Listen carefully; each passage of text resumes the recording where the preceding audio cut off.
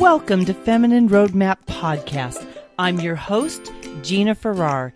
Each week, I bring you an inspiring conversation to help you navigate the challenges and changes of midlife so that you can not only survive, but thrive in your second half.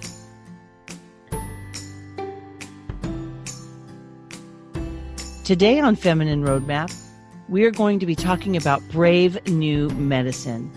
We're going to be talking about traditional medicine and functional medicine, looking at the art of healing versus treating. We're going to talk about hope and things you can do for your health. So please grab a cup of something wonderful, have a seat, and stay tuned. Hello, Feminine Roadmappers. It is Gina here, and today I have another treat for you. Today I'm going to be talking to Dr. Cynthia Li. She's a doctor. She's board certified in internal medicine, and she has a practice in integrative and functional medicine. She is also the author of Brave New Medicine, a doctor's unconventional path to healing her autoimmune illness. So without further ado, I'd like to welcome you, Dr. Li, to the program today. Thank you so much for saying yes. Thank you so much for having me. It is my pleasure. And I'm excited to have this conversation about your journey with autoimmune disease, integrative medicine, and all of those things. But before I get too excited and start talking to you, why don't you give us a little bit of a background about who you are and what led you to write the book, Brave New Medicine? Thank you. 15 years ago, shortly after the birth of my first daughter, I began experiencing symptoms that were unsettling. It started out as a flutter, and it was so gentle, it felt like a baby chick ruffling its feathers beneath my chest, and didn't think anything of it. That flutter soon escalated into a bunch of symptoms, insomnia and weight loss and heat and some anxiety. As a doctor, it hadn't even crossed my mind that there could be something going on with me health-wise. There was a strange, partly I was young. I felt I had that sort of invincibility of youth. And the other piece was I sort of thought I had this immunity because I understood diseases. I had the information. And it's one of those things that sneaks up on you. You cannot see what's going on with you. You can see everything that's going on outside of you. And long story short, I was diagnosed with an autoimmune thyroid condition. It was a postpartum thyroiditis, which is a postpartum form of Hashimoto's, which is a more commonly heard of name. And this condition usually resolves. It's different than Hashimoto's, which is usually chronic. This one usually resolves. And my numbers resolved after a year. So I sort of followed that textbook line, and my numbers resolved. I was seeing top experts, and I was a good patient. I was taking all my meds and taking care of myself. The only issue was that my symptoms did not resolve. So I found myself at this fork in the road of my own training. Okay, I still have symptoms, but my training tells me, and the numbers tell me, that I am cured. I followed the cure route. Okay, I must be cured. The symptoms, I just mind over matter. So I sort of pushed through. I was still living a very functional life. I had my full life. I just didn't feel well. Then after 2 years, I was on a trip to Beijing with my family, with my husband and daughter, and I suddenly felt unwell. I thought I was dying and lost consciousness and awoke in an emergency room. When I came to, my body was completely depleted. I couldn't really move my muscles. They were so weak, and I was in perpetual vertigo. I did not know at the time it would, sort of unfold over the coming months and years. This was a very acute onset of chronic fatigue syndrome and dysautonomia. Dysautonomia is a condition that's quite common, even if the name is not so. It's when the autonomic nervous system, the branch of the nervous system that controls automatic metabolic activities like digestion, heart rate, blood pressure, body temperature went completely awry. So it's not coordinated. I could be sitting there, for instance, just sitting relaxed, and my heart rate would shoot up like I had just done a sprint. So it's a very unsettling condition, and I always felt like I was on the verge of passing out. This pretty much broke me down. I was housebound for a couple of years, but it took me that long to break out of my paradigm. I still kept trying and seeing specialists after specialists and getting nowhere and finding myself my own very, very difficult patient. So I let go very reluctantly of this trying harder in the same way that I had and that I had to try differently.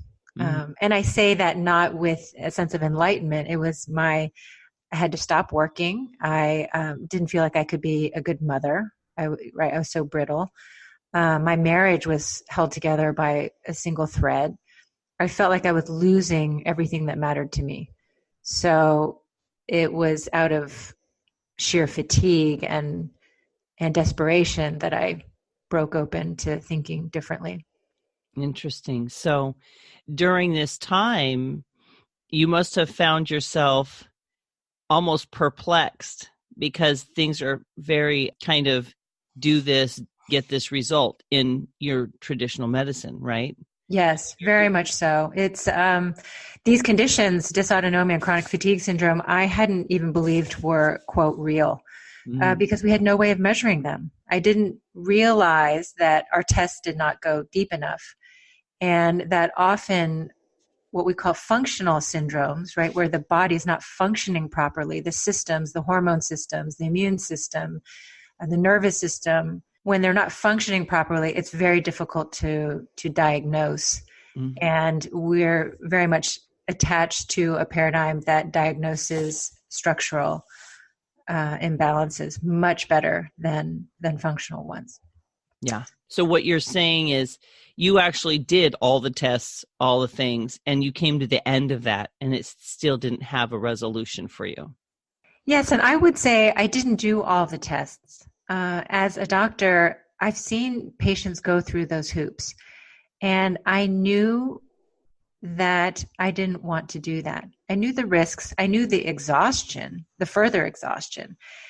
I also just had this sinking sense that nothing was going to arise. Nothing was going to, or even if some information came about, that there was no drug, no procedure that was going to be able to treat it. So when you came to the end of that conventional journey and you really felt the reality that I'm getting nowhere, I'm doing these things and I'm exhausted, what was the next thing that led you toward integrative medicine? What was that journey? So the integrative and functional medicine, quote, paradigm was not something that I came to until much later. So I really went back to fundamentals. I didn't diss science and suddenly go a completely different route and put my faith in different kinds of healers. I went back to my pathology and physiology 101 textbooks. Okay, wait a minute. How is this happening? How does disease happen? And that's where the biggest shift for me was in this belief system. The way that we're trained clinically is that if you have a certain lab number, or you meet a certain set of criteria, or you have a test, a radiological exam, and it shows something, that you then have a disease. Right. You have a diagnosis, you have a disease. And the entire treatment protocol hinges on the diagnosis. That's how studies are done for drugs and procedures. And what I found when I went back to Pathology 101 was, wait a minute, it's actually not just suddenly you have a disease. That chronic diseases, unlike acute ones, chronic diseases often start years, sometimes decades before a diagnosis is made. So it's this continuous evolution or de-evolution into the state that I was in, chronic fatigue. We'll just call it chronic fatigue. And then looking in hindsight, I saw, okay, my numbers for my thyroid were normal, but I still clearly was unwell. I was already progressing into this snowball that I hadn't seen coming. And probably it happened even before I got sick, before I got the thyroiditis. Probably happened years before that there was underlying inflammation and autoimmunity that was occurring. So once I recognized that, it's a spectrum. It's been going on for a long time. The other piece that was really big for me was recognizing that all chronic diseases share a common denominator, which is inflammation. So you have this underlying fire that's sort of simmering down in the cellular level. And that's often when people come in with these common symptoms. Oh, I feel fatigued. Oh, I have a little bit of brain fog. I feel a little bit of achiness in my joints. I feel stiff in the morning. I hear that all the time. I used to hear that in my clinic when I was working in the hospitals. I never knew what to do with them. And now I understand that's underlying inflammation. And the actual time, ideally, to intervene is before the diagnosis is made. So it put me on this path of looking into the triggers of my inflammation. I hadn't realized at that point that there was a paradigm called functional medicine that was doing that. And looking at studies and creating protocols for people to follow. I was doing it piecemeal on my own because I was largely housebound and had no idea that such a paradigm existed. That's an amazing thing, is that you actually have these tools from your training where you could go back to a book and you could go back and kind of revisit some of the education that you had. But most people don't have that foundational information, and they're relying so heavily on these tests. And in my own experience, I had Graves' disease, and I kept telling the doctor, something's not right. I don't feel right. And they'd run whatever test they'd run. You're fine. And I kept saying, I'm not fine. I'm telling you I'm not fine. I don't know how to explain it, but there's these weird symptoms and I'm not fine. And so as we talk through this, I know that women are listening and thinking, oh my gosh, I'm not crazy. There is something wrong with me. So let's talk a little bit about knowing your own body and what you learned about your own body through that process, and how we as non-medical people who are aware of something not being right, how do we take control of our bodies and begin to make decisions that will help us get to the point of getting back on track for health? That's a great question. The first thing I would say is trust your body. The symptoms that we feel are our body's way of talking to us. Hey, something is not working for me. Whether it is a perpetually stressful job, a toxic relationship, processed diet, sedentary lifestyle, your body is telling you something. And one of the ways in which our culture is steeped, including the medical establishment, is that, symptoms are a nuisance, right? They're interfering with our lives.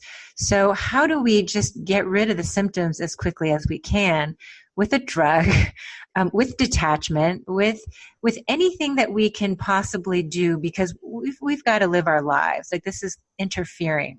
And one of the lessons that I learned, it's so commonsensical, it's almost embarrassing to admit, but it's just, the body is not a machine that we just need to fix one part and get on our way. It's this ecosystem. It's a garden. It's something that we need to tend, and it moves at the pace of nature, not of the digital age. It moves, according to nature's laws. So honoring it the way that I would honor my children and their bodies and their challenges, and taking care of my garden and taking care of my pet, it feels strange to say that. And I would say also my experience as a mother and just my friends who are mothers and colleagues I know who are mothers, we mother everyone except for ourselves. And it's a cliche to say, oh, you cannot take care of someone if you can't, if you're not around. But I really learned that the hard way. That was another thing I had a hard time seeing. Detachment is a huge piece of this as well. I know for myself and in my training too, and in my upbringing, it's a lot about mind over matter. Oh, if you don't feel well, you push through it, right? What doesn't kill you makes you stronger. And if it's applied correctly, because I now have a long-standing Qigong meditation practice, I understand the healing way to understand that, mind over matter. But so it's less of one of those quippy little blips that you stick up on your wall, right? Yes, where actually if it's used, I don't even want to say correctly, but if it's used with perhaps the original intention, which was beneficial, is that the mind is sort of the gatekeeper. If we open our minds, we bring down into our bodies, or bring into matter that which is living and expansive and healing. But I had understood it as, oh, I just need to push through it. So as long as I keep my mind focused on what it is I need to do, then my symptoms won't escalate. And one of the problems, the fundamental problem with that is that we can't heal something we're detached from. Mm. And so the piece about my needing to re-inhabit my body to heal it was really terrifying for me because my body was in complete anarchy. It felt like it was rebelling. Mm-hmm. And I keep saying it, but I mean, that's actually how I saw it. I saw my body as something, a vessel that sort of got my mind wherever my mind wanted to go. But my body is me. So I had to sort of re-inhabit myself as terrifying and unsettling, as chaotic as it felt. So what I hear you saying is when something is really scary, like you go from symptoms which you could ignore to something that clearly you can't ignore. Your body is in rebellion and it's doing things and you can't figure out. Maybe the doctors can't figure out, because I've been through that myself. What I'm hearing you say is that fear can cause you to, for lack of a better term, disinhabit your body, separate from yourself, and almost see your body as an enemy. See your body as something that you can't relate to. And what I'm hearing you say is really part of the healing process is going against that kind of tendency and actually reconnecting your mind, body, and your spirit and actually getting more in tune.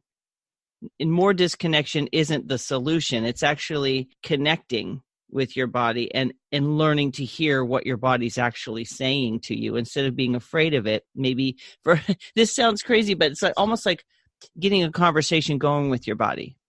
Yes. Instead of avoiding what it's really beginning to speak that language your body is speaking. Is that correct? Yes, absolutely. Okay. Absolutely. And how does one go? Yeah, the sense of betrayal, right? I mean, I remember thinking, oh, my body betrayed me. And I realized, wait a minute, my body's not betrayed. My body's operating according to some law of nature. Perhaps I have betrayed my body. Mm. And how do I reconnect with myself? And one of the things I explore in my book too is going into my childhood, and that a lot of these patterns have been set up for a long, long time, but not recognized because we're functional and living our lives. I had a very abundant life and joyful life when my health challenges struck.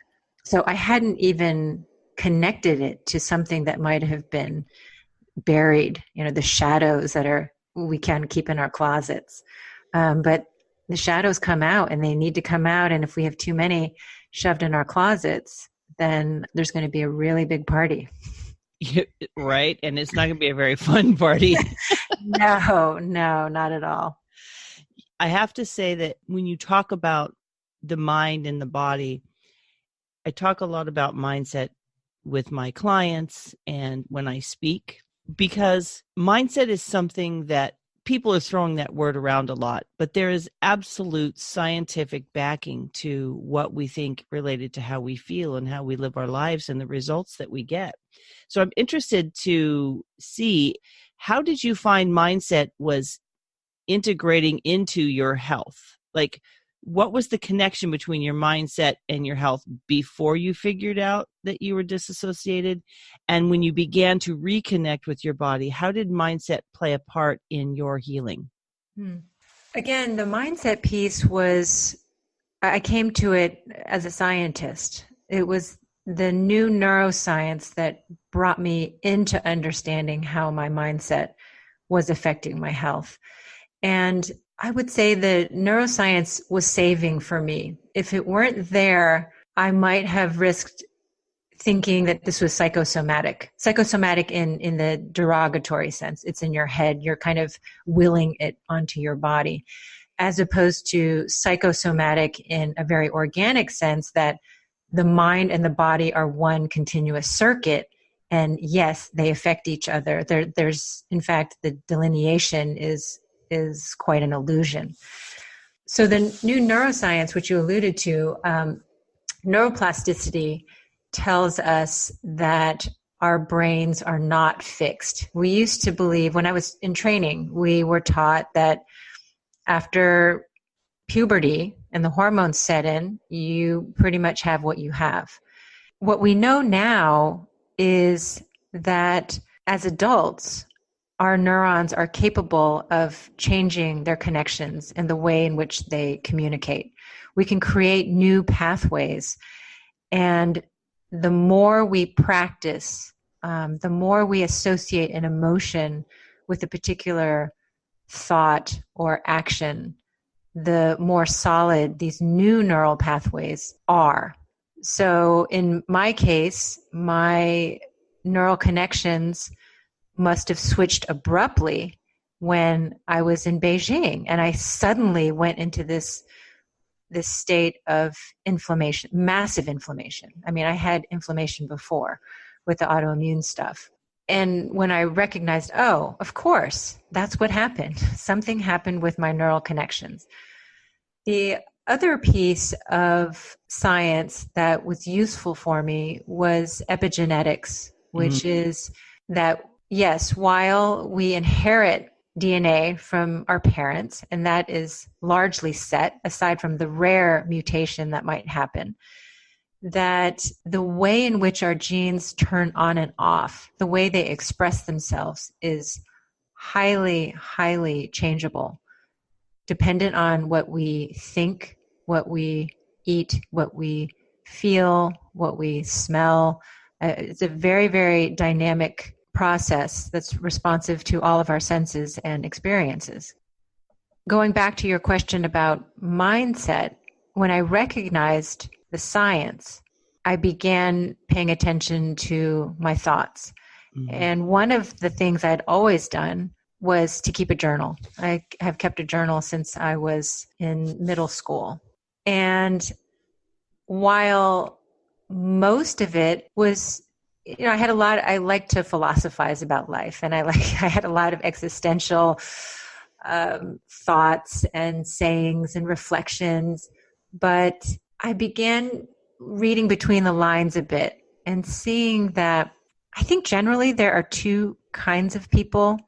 One, when challenges happen, they tend to externalize and respond outwardly, and then others where they internalize and everything is either their responsibility or their fault. And I never blamed myself for things. I was raised evangelical and had a lot in Texas, had a lot of Catholic friends. And I remember people always talking about guilt. I had a lot of fear when I was a child, a lot of fear around suffering and hell and this dualistic notion of good and bad, and always feeling like I wasn't enough. So that was very real. And that was something I also recognized, and that came much more to the forefront when I began writing in earnest. But going back to the the mindset, I never really blamed myself. I never really had guilt and thought, oh, don't carry that. It's not yours. But what I did have was a very deep sense of responsibility and duty, which was mostly a positive thing. It was affirming for me, and it was one of my guiding principles in my life, including in the service of medicine. I was going to say it would make total sense for you to become a doctor with that bent, right? Because yes. What greater service is there? What duty, if you can help people, a doctor would be someone that you could see as, I could actually do that. Mm-hmm. Interesting. But underlying that current was the fear of suffering and the fear of damnation. And that was something I had to really grapple with in order to shift my mindset. Because if I internalize this sense of I am damned, like I am just, nothing I do is going to be enough to save me, that's really powerful. And how can I save my patients? And so I began going into those kinds of questions. It wasn't about saving. It was about reconciling and forgiving and loving and living life as opposed to saving. That idea of grace. How does grace come into it, right? How do we live by grace? Absolutely. That's such a huge part of my growth journey. Yeah. And so I had not seen the shame I was carrying around being a doctor who cannot heal herself. Oh, yeah. Right. So there was one thing about the misery and nobody listening to me. And there is a learned helplessness around that, which was one reason why I exited mainstream medicine quickly. No further tests, no more specialists, because I could feel that helplessness bringing me deeper into despair. Like, I don't need that. I have enough of that myself. I don't need that reflected back to me each time I reach out for help. So the shame of my not being able to fix myself was something I had to release. What a powerful experience. Doctors, some people will say, doctors have this like God complex, some surgeons or whatever, and I'm not saying you do, but it's like with doctors, I think your training teaches you that you can fix or you can overcome almost anything with either your knowledge and your medicine and your resources, right? It's not like you specifically, but you have the tools or you have the resources. And to come to a place where you are personally experiencing that, quote, failure of the system for whatever reason, not judging the system, but in your situation, and I'm sure people listening, they also have that experience of the failure of the system. And I think there are people who do begin to feel like either learned helplessness or they're crazy. You begin to feel like something's wrong with you because nobody can fix it. Yes. Yeah. So to your point, I never went around feeling like I was God. I certainly knew colleagues who did, but I would say that's very much in the minority. At least when I trained, and even nowadays. I guess let me clarify real quick before that didn't mean to be as a judgment, but like I have people in my life who look to doctors as if they're God, and they will have the answer. Yes, and I did not take that as a judgment. I was like, wow, that sounded bad. Right. I understood it more as in terms of the ego mind, and not egotistical, right? But like we have a solution for everything. Yes. And in fact, we can postpone death. So it's playing God, quote unquote, in that sense that we have a certain, I don't want to say omnipotence because that's such an all-encompassing word, but there's a sense that we must do whatever it takes. And between our training and technology, look at what we've achieved. And with chronic disease, it's a completely different ballgame. Maybe acutely, we have achieved incredible feats. And I still, this is not a diss on Western medicine. I fully embrace my internal medicine training, and I use it every day with my patients. So when people say, well, what kind of doctor are you? Are you integrative? Are you internal medicine, functional? What are you? I don't even like the label. I'm just a doctor trying to harness as many tools that I can to help my patients ease their suffering and ultimately to heal and to cure whatever is ailing them. It's really fascinating to me because currently I have my mother-in-law that I help take care of, which I mentioned before I hit record. And she's that person that all of her faith is in the doctors. But we're at that point where there's some breakdowns from lifestyle decisions and mindsets and all of those things. And I can see it, but I can't get her to make good lifestyle choices that are actually going to partner with what the doctors do for her. And I think that's the thing that when you talk about mindset, there's also this partnership. A lot of people look to medicine as, like you said, it's like the answer or the pill or the avoidance or the, I'm just going to fix this annoyance. But I get what you're saying about our bodies communicating with us, because I'm watching the breakdown of my mother-in-law's body from her food choices, what she does with her time, her sedentary life, and all of these things. And how if something goes wrong, her instant thought is, I have to go to the doctor. And I'm thinking, the doctor's not going to be able to fix this. Like, this is there's not a medicine for bad choices. Mm-hmm. You know what I'm saying? There are things doctors can do. It's a partnership. Absolutely. And I think the hardest thing, first of all, is to allow our loved ones to, and ourselves even, to make the choices we want to make. It's really hard. We all have different things that matter to us. Mm-hmm. So I have wonderful friends and family who are not doing well health-wise, but they love a particular food, right? Like they will die eating those donuts, whatever. And what I've really learned is to honor that, is to say, you know what? It matters to them. And I don't like seeing what's happening with their health. And to be totally frank, if there were a pill that could have gotten me out of my situation, I would have taken it. It's much easier. Yeah. And as I said, I was very happy with my life the way that it was.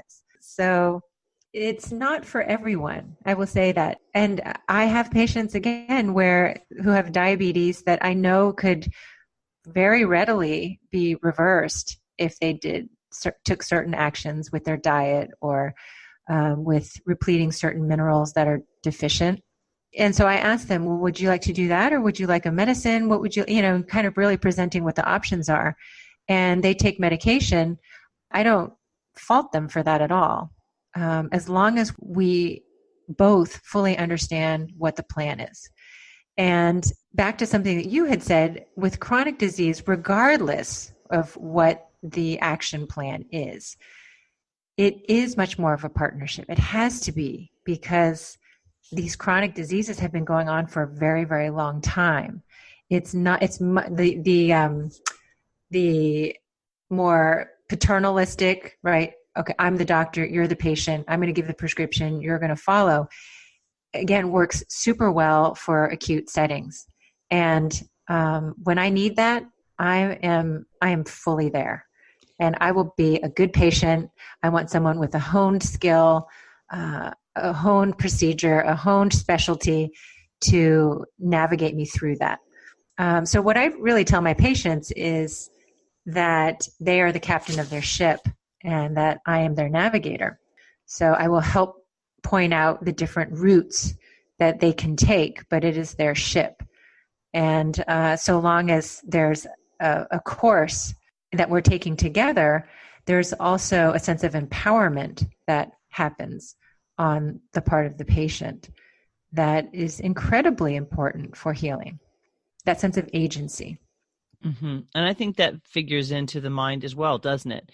When we feel helpless, we're less capable. But if we have a sense of power, if you will, power over our decisions, power over some sort of aspect of the journey, would that not aid the healing process if we have that sense? Absolutely, because what is it doing on the physiological level is it's changing your neural pathways.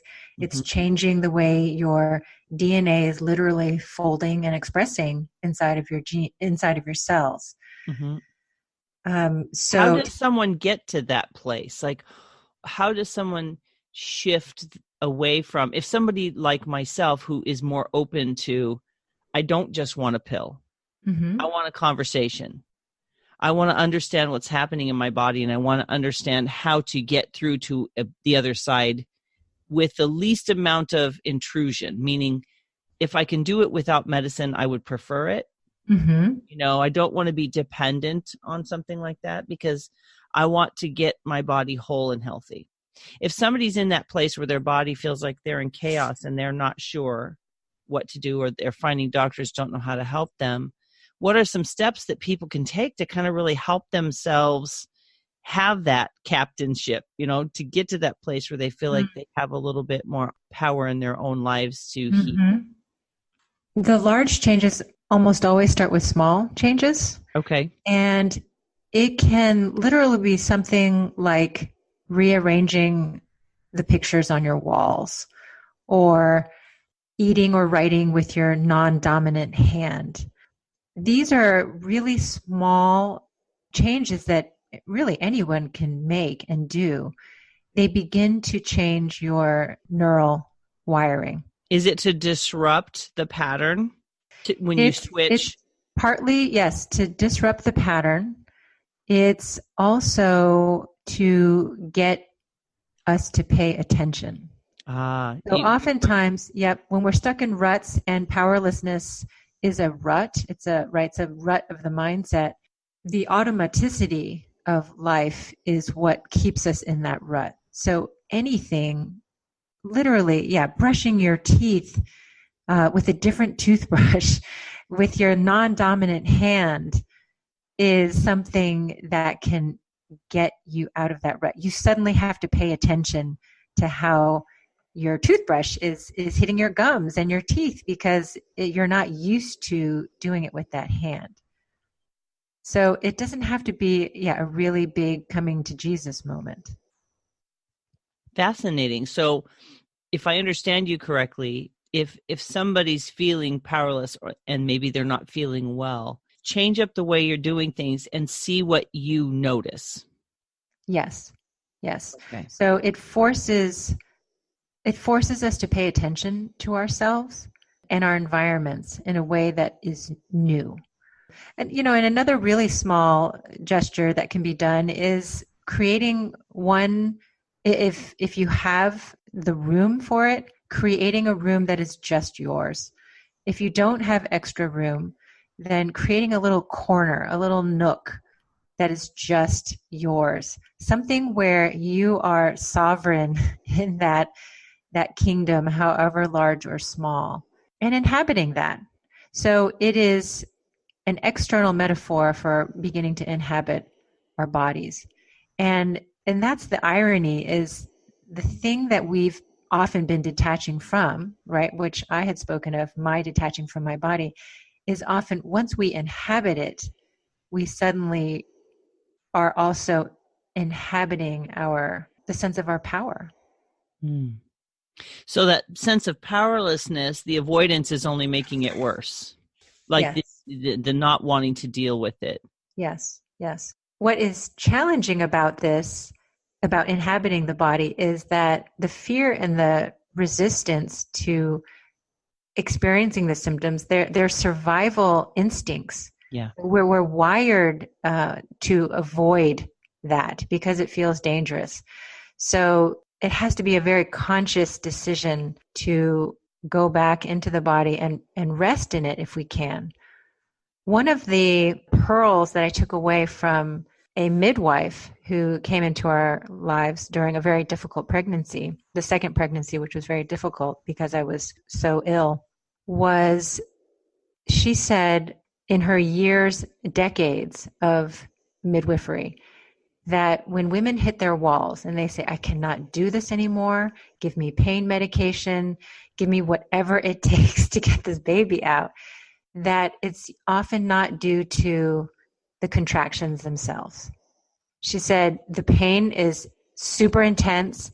It can be excruciating, but it's transient, right? They come and they go. What happens with a lot of women, and it happened with me during my first labor and delivery, was that the spaces between the contractions get filled with fear and anxiety. I hated the last contraction. I was dreading the next one to come. And even if it's 30 seconds or maybe it's a couple of minutes, it's precious moments of peace that we're not harnessing. And that's where the presence of mind comes in. That's why the power of mindfulness meditation has been studied and repeatedly shown as the single most effective way to alleviate stress. It's because we then start paying attention, just as we were saying about changing the pictures on the wall or changing the way that you do things, with daily hygiene measures. We suddenly pay attention and we're present. We're not thinking about everything we have to do or how horrible we feel. We're just focused on eating the food that's in front of us. So I really applied that wisdom that my midwife passed on to other aspects of my life, and especially my health. Yes, I felt like I had the flu. Yes, I couldn't get out of bed. Yes, I was chronically dizzy. But there were periods where either the symptoms were less or brief blips where I didn't feel them at all. And so if I paid attention, the negative space without those symptoms became more the foreground. Became more the foreground and less the background that I just didn't notice.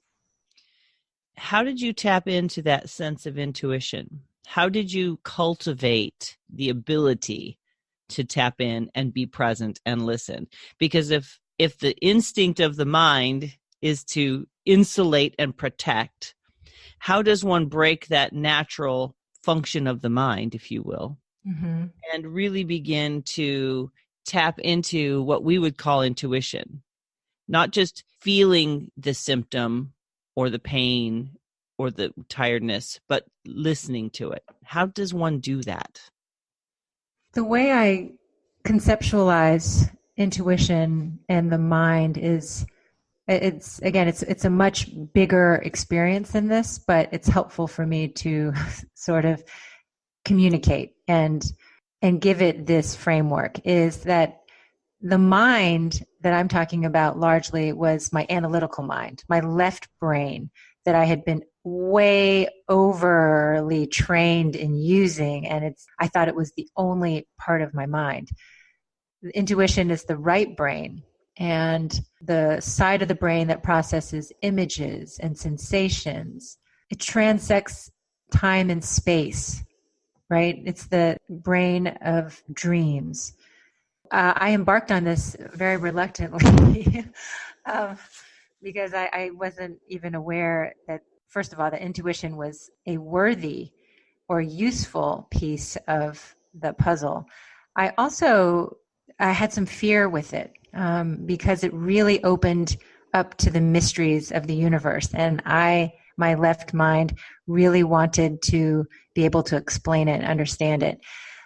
Some of my evangelical teachings came back to haunt me because I thought, oh my God, this is like witchcraft. It's entering this sort of black magic realm. And no.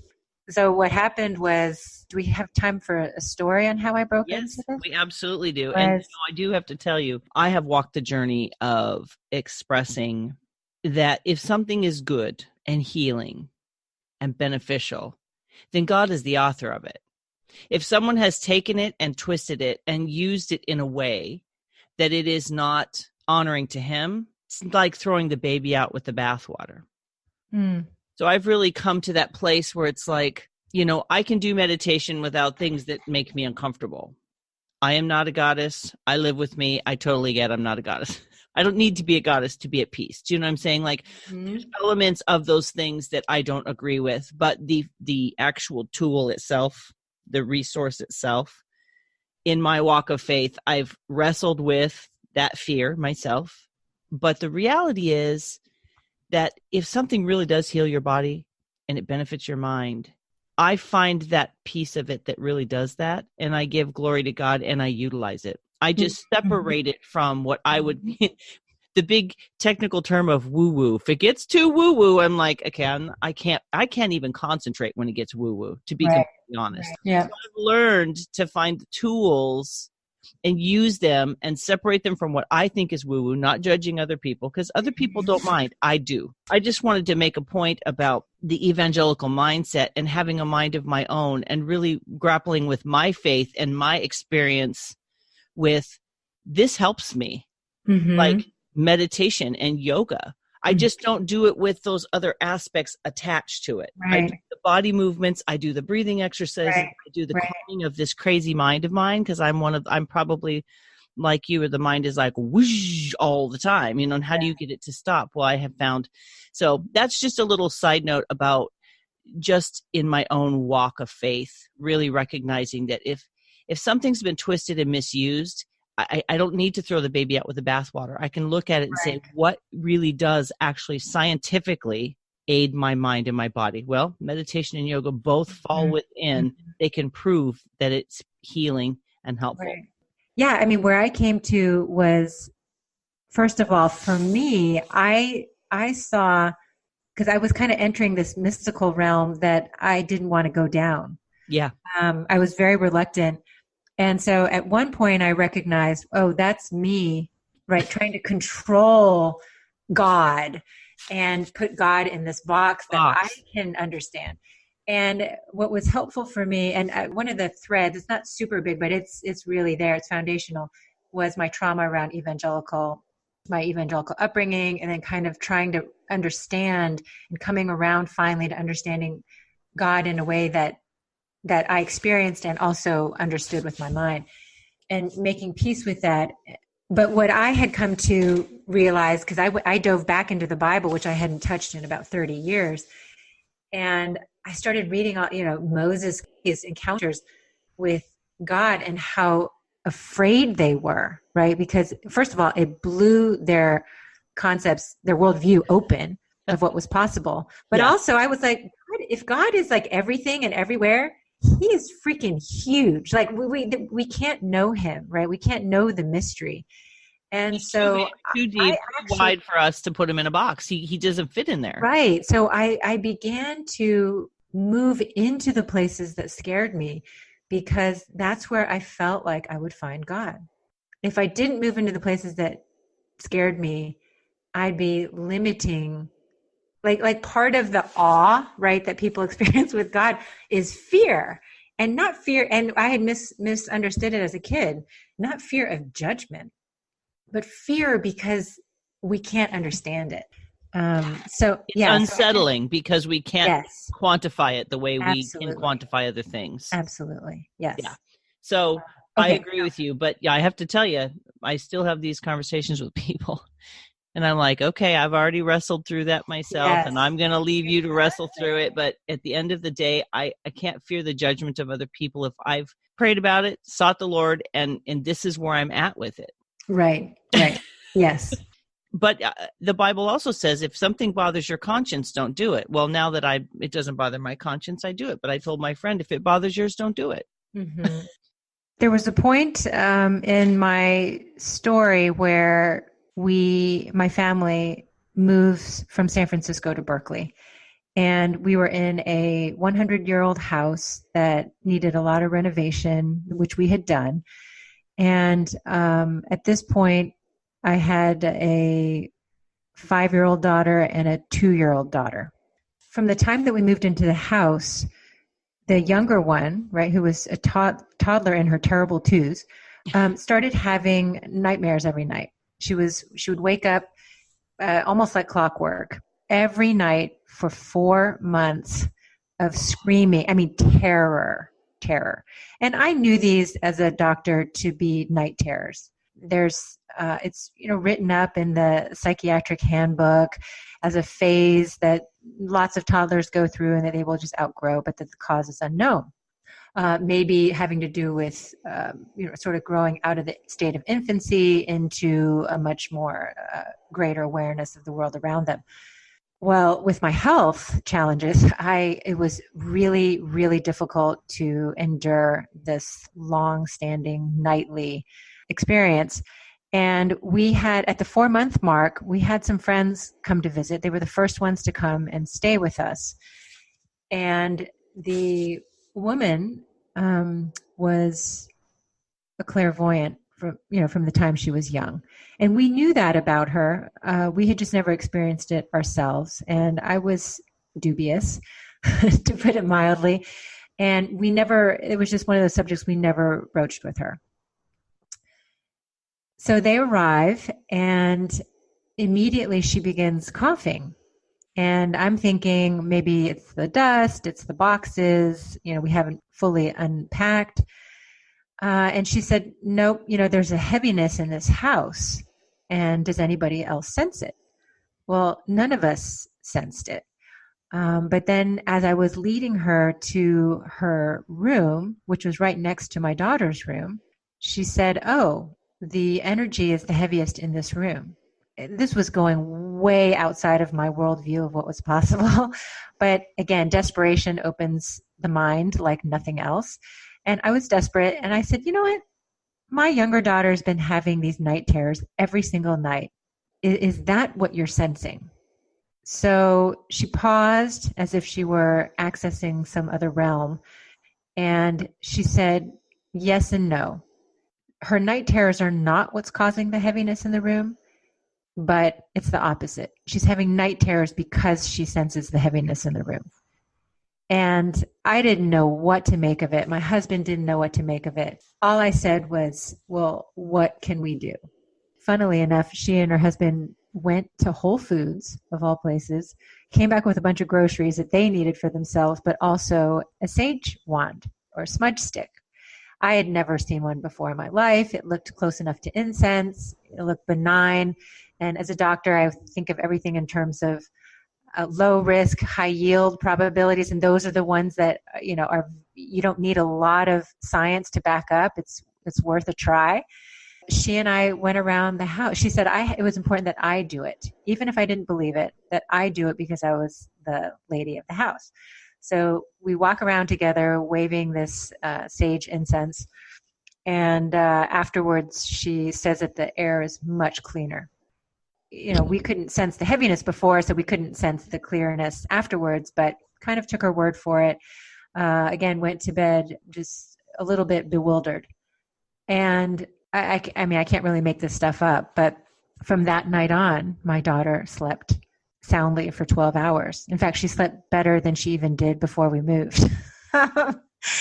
And so it blew me open into what was possible, even if the possibility was a sheer massive coincidence, right? Like, okay, maybe my daughter just suddenly got used to the new house. Maybe I had all sorts of other analytical possibilities. But what this friend and mentor, Pia, did was I asked her, I said, if you can lift the heaviness in a house with that, are there things that can be done to lift the heaviness in my body? And she said, well, that's more complex, but what I can do is something better. I can teach you how to tap into your intuition, to use it as a tool to help you navigate the infinite possibilities of, treatments and healing modalities, so you don't have to do trial and error all the time. And I did not realize that intuition was something that one could develop. I thought either you had it or you didn't. And she told me it was like music or art. Some of us are born gifted. Some of us are born tone deaf or with with not handicaps, but with greater challenges. Most people are under the bell curve. So no matter where we are, we can develop it. And just like music, just like art, the more we practice it, ideally daily, again, we're rebuilding those neural pathways that have maybe been dormant for a very long time. So I took the science of neuroplasticity, saw it in the way of rebuilding neurons in my right brain. And the other piece that I had never really considered was the symmetry, the balancing of the right and left brains. And what is health? At the deepest level, it's balance. It's balance, it's harmony within our bodies, but also our bodies in harmony with our environment, with our relationships. And with the brain, I had a lot of imbalance. I was so left heavy. And this was another way that I could understand my healing, was balancing out my brain. So, yeah, the first step to developing intuition is to cultivate a mindfulness practice, giving the left brain permission to be quiet. I hadn't realized my left brain was like a hyperactive dog, zooming around, trying to be busy and involved in everything. But I had a hard time with a sitting meditation. I really struggled with it. So that's one of the openings for me to have explored Qigong, which is a moving meditation. So it gave my mind something to focus on while I was meditating. So that's the foundation. And then the other piece is, and this is where it goes back to inhabiting the body, that intuitive signals often come through our bodies, through sensations. And I began to discern over time what sensations were symptoms of imbalances that my body was communicating, and what sensations were these intuitive signals of, oh, my body knows. And through that daily practice, over time, I also began to discern what was a fear instinct, sort of a survival instinct, but rooted in fear and anxiety, versus what is a deep knowing. And to separate out instinct from intuition was also a key piece of it. Are there questions that you would ask yourself, like just being present with that feeling? What am I feeling? Why am I feeling this? Did something kind of occur to trigger it? And was that part of a process for you? Because that's something I tend to do, is yes, try to ask questions of it. Yes. And that's what really helps hone in intuition as well, is to hold a question in mind. Sometimes I would do it before I went to bed. And one other thing I started was keeping a dream journal. The dreams were incredible. But, and a big piece of that was just being open to it. And then if I went into meditation, I would hold a question as well. And oftentimes it was easier if it was a yes/no question. There's just more clarity with that, as opposed to waiting for some signal that you don't know what it means, or waiting for some image to come, which would take a really long time, or multiple efforts, or maybe never come at all. So, and that's something that I do also now before each patient visit, ideally, if the time is structured correctly and I'm on task, that I sit in meditation, partly to just clear myself of the last patient, and also see if anything intuitively comes up for the patient to come. It's another way that the meditation is useful for me as a healer, as a doctor, to not carry something that's not mine. And I do feel like this is one of the things that is contributing greatly to doctor burnout, is we haven't been taught how to release things that are not ours. To say nothing of the load of the responsibility. I can see a correlation with women in that. Absolutely. Absolutely. Right? Yes. Caregivers, mothers, and also this tendency that I had, and I don't know if it's a feminine masculine thing. I don't know if we can say that, but right. I certainly see a pattern just observing those around me, but the internalization of things as opposed to externalizing and keeping it outside. Mm-hmm. And I think it's definitely something that we should spend time with, is really getting to know whether or not we're internalizing, externalizing. I think journaling is an incredible tool. Mm-hmm. I've been telling myself I need to get back to journaling, because stress can create illness. I think stress and inflammation are probably two of the greatest causes of illness. Absolutely. Absolutely. nobody wants to go to the doctor and then say what's wrong with me, and the doctor say, well, you got to reduce your stress. Because we all know that, yet it is one of the most challenging things to reduce.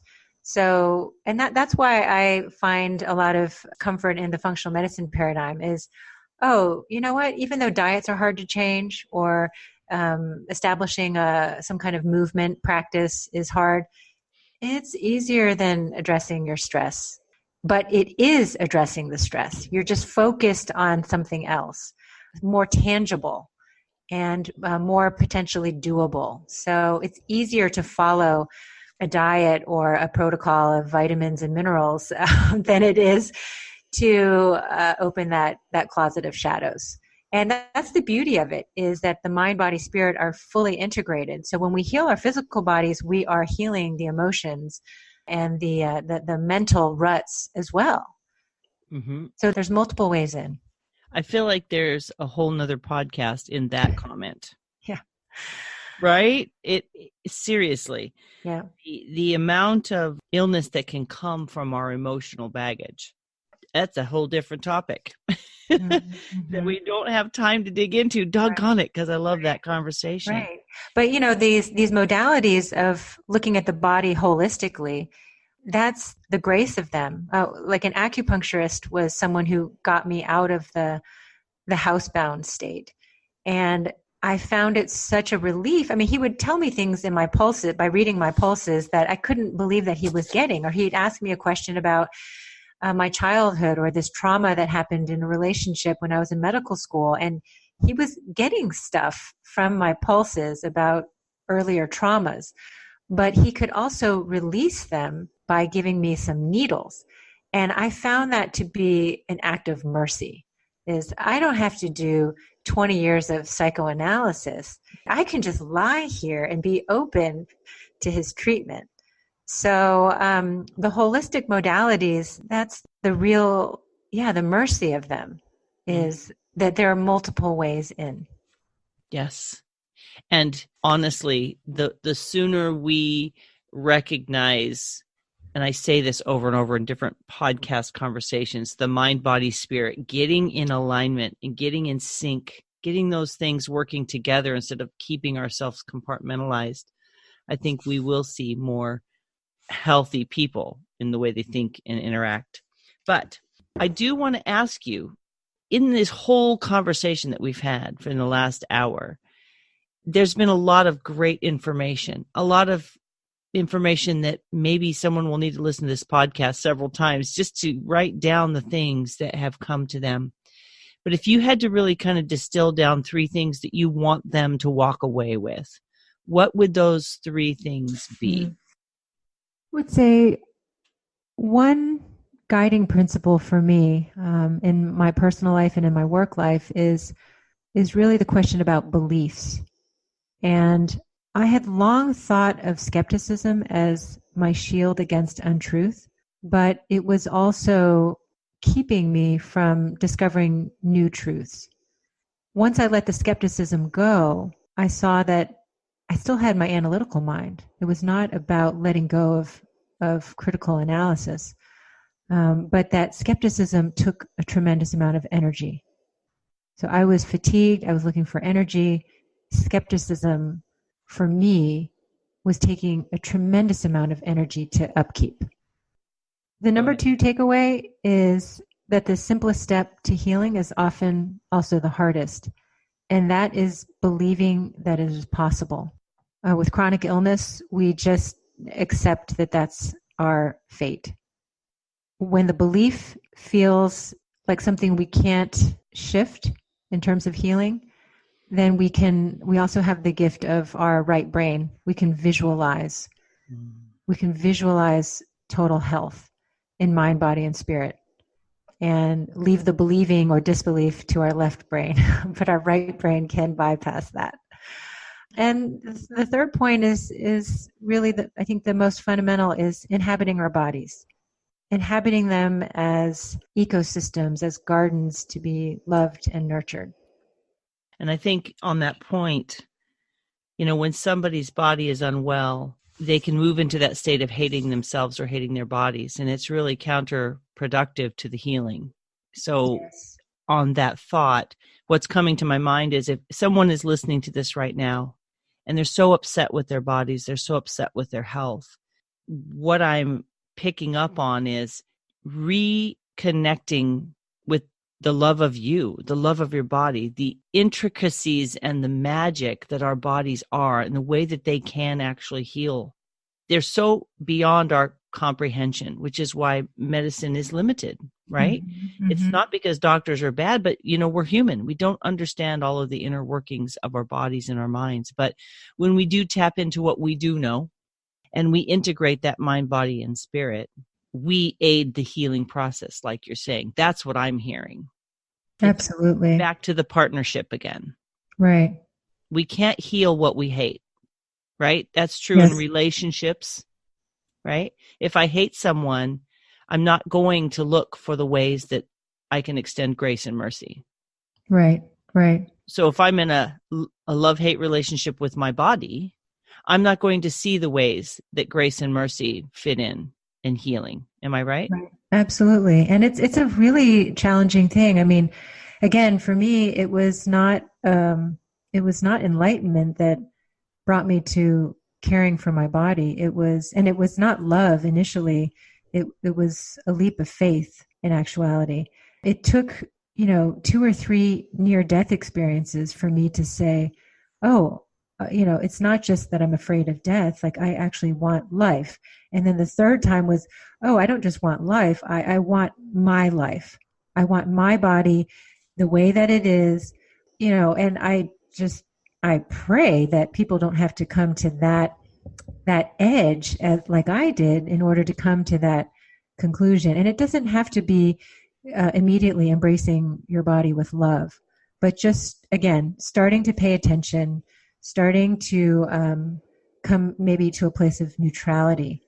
And that's where the science, I think, can come in really, really handily to help us understand it just the way that we would understand a garden, for example. Wow.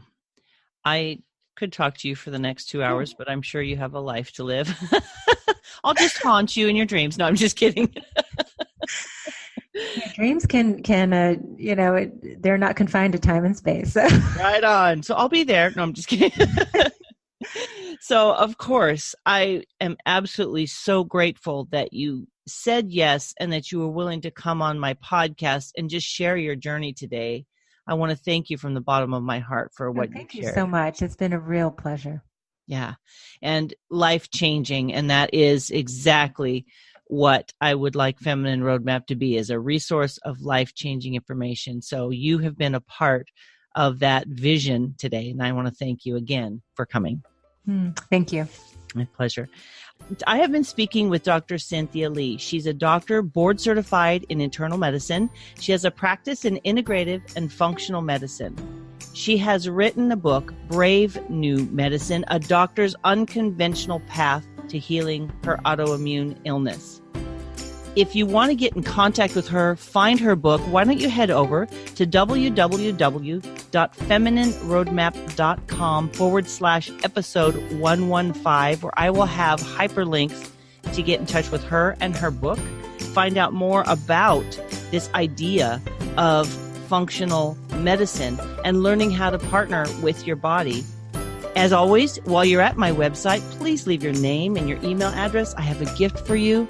You can listen to Feminine Roadmap on Spotify, Google Play, Stitcher, and iTunes. If you could rate, comment, and share this podcast, this particular episode about our health, we have an epidemic of unhealthiness in our world right now, in our minds and in our bodies. And we can partner together with a tool like this podcast, this conversation, share it with the people in our lives, and trust that this life-giving information can change, can begin to turn the tide of health toward good, friendships, our relationships toward healthiness. So please take the time to share this podcast with your friends. Please take the time to put it on your social media outlets. Let people know that this conversation is happening, that there are resources out there, that we can, in fact, live a life that is whole and healthy and truly happy. I want to thank you all for joining me today, and I want to thank you again for being a part of my tribe. It is my joy to share these guests with you each week, and I look forward to talking to you next week. Take care, everyone. Bye-bye.